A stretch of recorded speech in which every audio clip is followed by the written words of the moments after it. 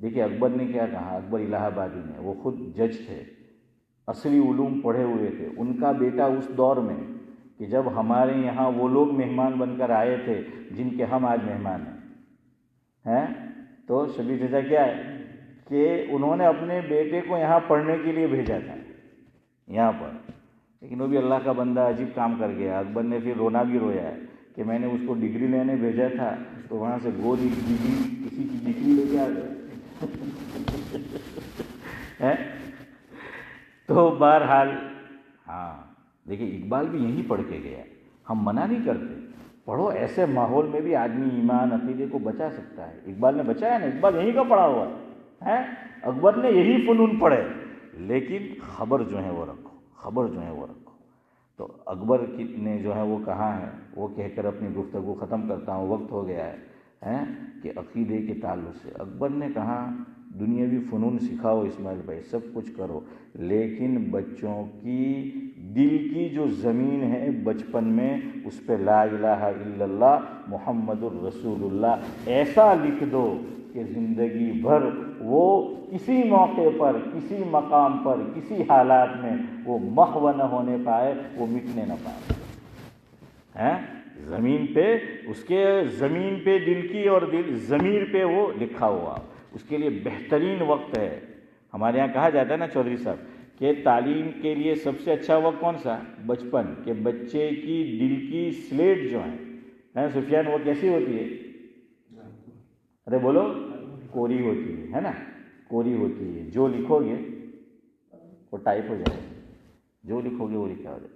پھر ایک اور مثال دی امام غزالی علیہ الرحمہ نے، غالباً مفہوم یہ ہے صدیق بھائی کہ بچپن میں آپ کہیں نا چھوڑ، تو جب وہ گرو ہونا شروع ہوتا ہے، اس کی نشو نما ہوتی ہے، وہ شبیر چچا بڑھنا جو ہے وہ شروع ہوتا ہے. اگر اس کو اسی وقت سیدھا کر دیا تو وہ کیسا ہوگا؟ سرو کی طرح سیدھا ہوگا. اور اس نے ٹیڑھا پن اختیار کیا، رہنے دیا تو کیا ہوگا؟ اس لیے آپ یہاں دیکھیے وہ لوگ درخت لگاتے تو ساتھ میں وہ کیا لگا دیتے؟ جالی جیسا، ہے نا، تاکہ کیا ہو؟ سیدھا ہو. تو بچے کو سیدھا کرنا ہے، عقائد کی زمین تو یہ بچپن کا زمانہ ہے. ساری چیزیں استاد پہ مت چھوڑو، اللہ کے یہاں اس سے نہیں بچ پائیں گے ہم. سمجھ آیا کہ نہیں؟ ہاں، بلکہ حضرت شیخ کے والد نے لکھا ہے، حضرت شیخ نے لکھا ہے اپنے والد کے تعلق سے ان کی آپ بیتی میں، فرمایا کہ استاد کا کام ہے صرف تعلیم دینا، تربیت ماں باپ کی ذمہ داری. میں بڑی ذمہ داری سے آپ کو سنا رہا ہوں، آپ بیتی میں دیکھ لینا حضرت شیخ کی. حضرت شیخ کی آپ بیتی میں لکھا ہے کہ استاد کا کام ہے تعلیم دینا، تربیت دینا، گھر والوں کا کام. اس کا مطلب یہ کہ استاد نہ دے، لیکن کہنے کا مطلب یہ استاد بھی لے گا، لیکن محنت کن کو کرنی ہے؟ ماں باپ کو بھی کرنی ہے، والیوں کو بھی جو ہے وہ کرنی ہے. اللہ مجھے بھی توفیق دے اور آپ کو بھی توفیق دے. اگر بڑا ہو گیا اب اس کو سیدھا کرنے جائیں گے تو کیا ہو جائے گا؟ ٹوٹ جائے گا، ہے نا. اب وہ سیدھا نہیں ہوگا، وہ کیا ہوگا؟ وہ ٹوٹ جائے گا. اکبر کی بات سنو، اللہ اکبر. اللہ مجھے بھی توفیق دے، آپ کو بھی، کہ اکبر نے کہا پڑھاؤ، سب کچھ کرو، لیکن دو چیزیں یاد رکھو. اکبر کہتے ہیں کیا لکھا ہے؟ نہیں وہ ذرا مجھے اب سوچنے دو، انشاءاللہ یاد آ جائے گا.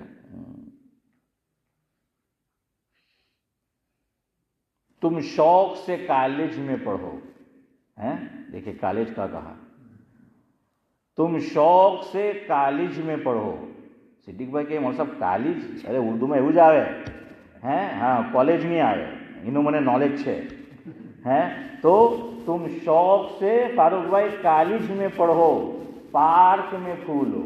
کہیں نہیں، پارک میں بھی جاؤ، نظر نیچے رکھو. تم شوق سے کالج میں پڑھو، پارک میں پھولو، جائز ہے غباروں میں اڑو.